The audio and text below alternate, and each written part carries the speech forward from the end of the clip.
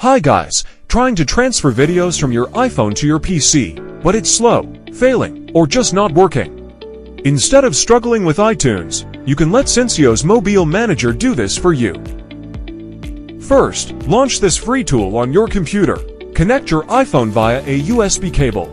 Next, click the video section. You will see that Syncios loads all the available videos on your iPhone.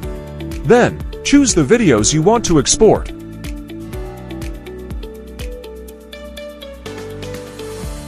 A few moments later, the transfer is successful, and you can open the file folder to check that the exported videos are now on your PC with no quality loss. So compared to using iTunes or other complicated methods, this is definitely a much easier and faster way to transfer videos from iPhone to PC. If you want to try it yourself, check out the link in the description. Don't forget to like and subscribe if this video helped you. Thanks for watching.